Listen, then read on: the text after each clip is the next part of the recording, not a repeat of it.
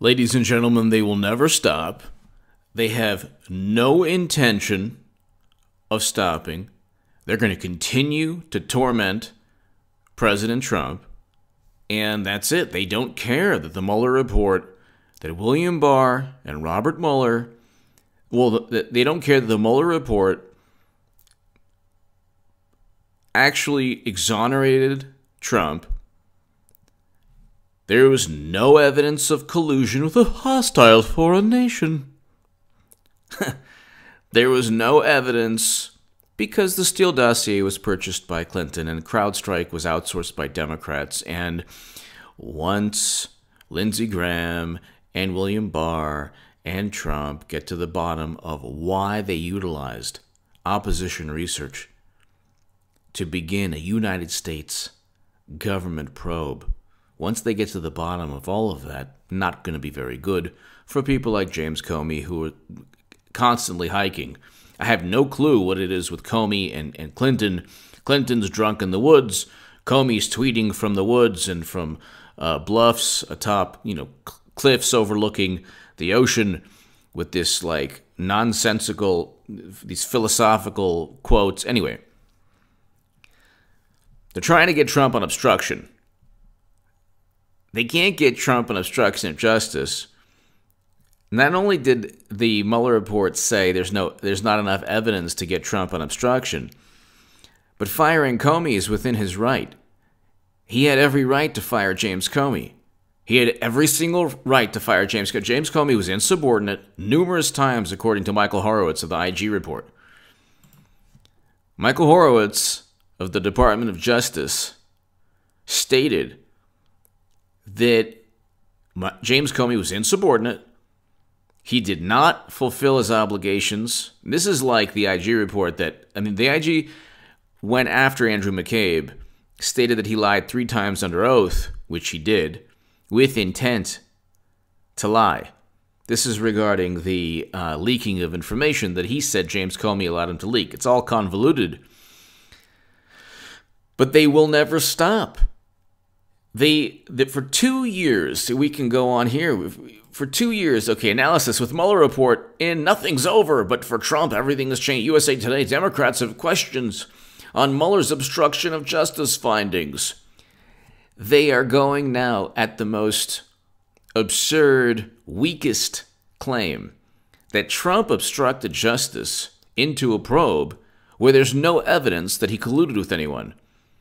The statute regarding collusion, there is no statute regarding collusion. The statute regarding collusion that they were trying to level at Trump was 18 U.S. Code 371, which is what I've done 3 segments on James Comey, Strzok, and James Comey, McCabe, and Strzok. I've done 3 or 4 segments on the fact this is a statute that if you conspire to defraud the United States government in any way, and in any way impede or impair or alter the proper function of a government agency, you're basically utilizing your post as in a criminal manner or unethical manner or overly political manner. You defraud the United States government. You can be charged under that statute. Haldeman and Ehrlichman and Watergate were charged. The Contra scandal under Reagan, that was the statute that people were talking about.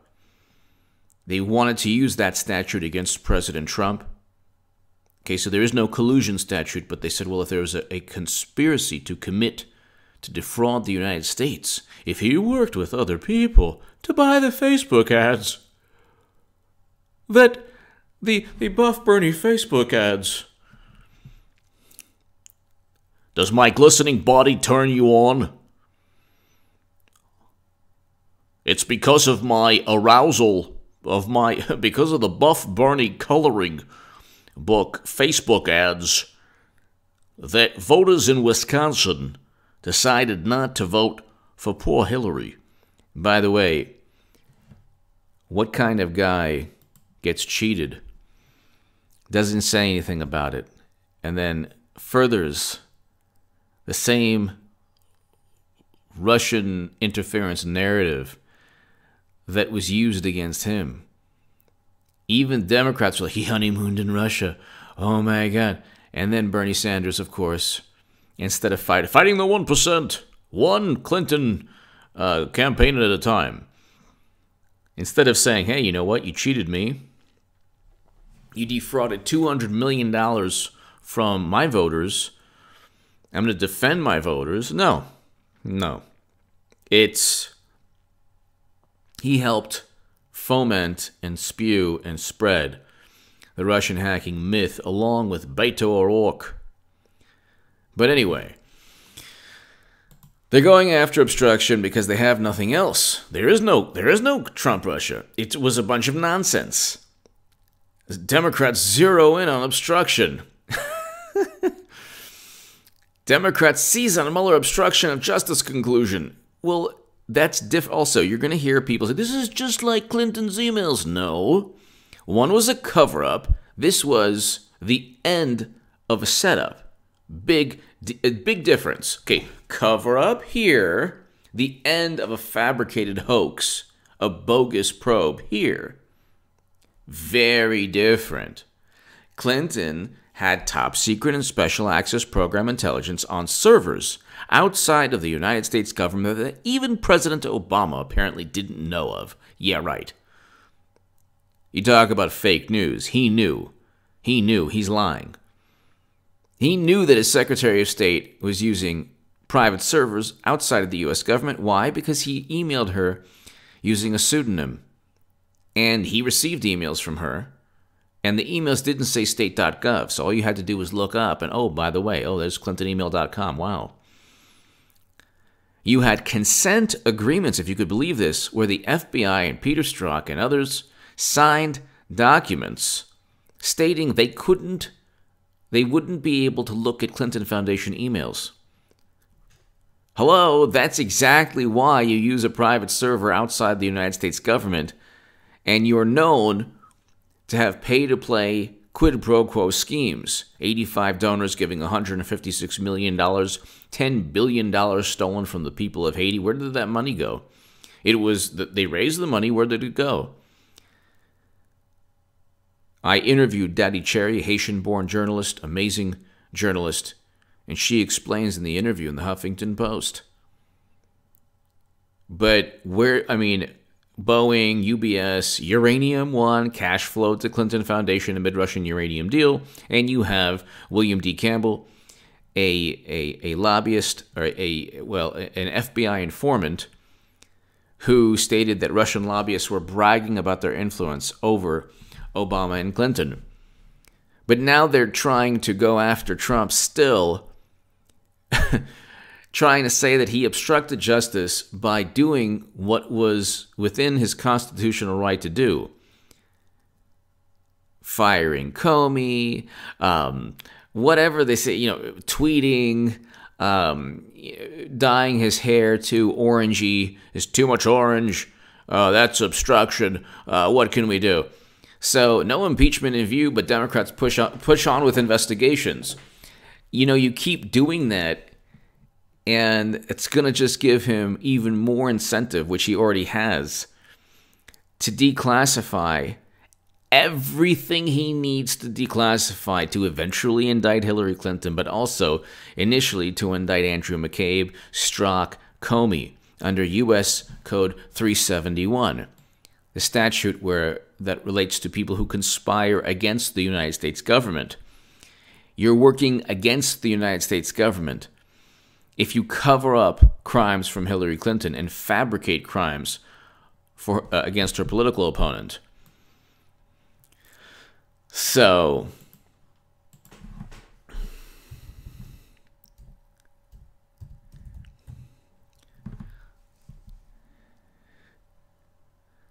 here's Speaker of the House Nancy Pelosi.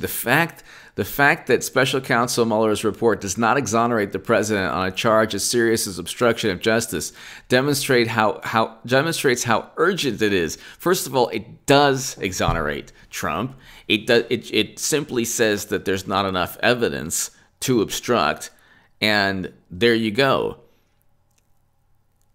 Comey didn't say there's not enough evidence to indict Clinton. What he said is that no reasonable prosecutor would indict, and he said there was potential legal there was potential violations of legal statutes. There were no violations of legal statutes with Trump. What they're saying is that because he fired Comey, or because he tweeted, he interfered with an investigation that shouldn't have been allowed to exist. They had already investigated Trump since 2015. They had already wiretapped everyone that he spoke with. They found nothing. They looked at servers from Trump Tower. They found nothing. Natalia Veselnitskaya, the Trump Jr. meeting, she met before and after with Glenn Simpson. They found nothing. They tormented Trump. Now, people might not like his personality. They might say, good, you know what? I hate the guy. I can't stand him. I hope they torment him more. Well, like James Brown said, the big payback. It's the big payback. You know, you keep on doing this, it's not going to be good. Now, you might be doing this because on your end of the political spectrum, Clinton is he's such an overt criminal that you have to muddy the waters. I get that. That's what they're doing. They're muddying the waters. They're constantly investigating. But the thing with them is that they make things up. And then what they did with Comey is they pretended to investigate Clinton to say, well, we investigated. We couldn't do anything. It wasn't even an investigation. She wiped her server clean before giving it to the You talk about obstruction.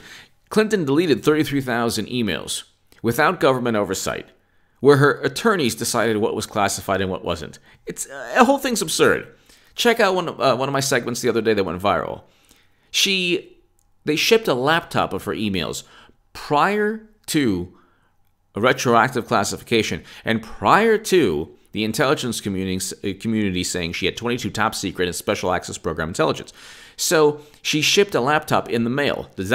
Watch the segment. If it doesn't make any sense, that's because she shipped a laptop in the U.S. Postal Service mailbox.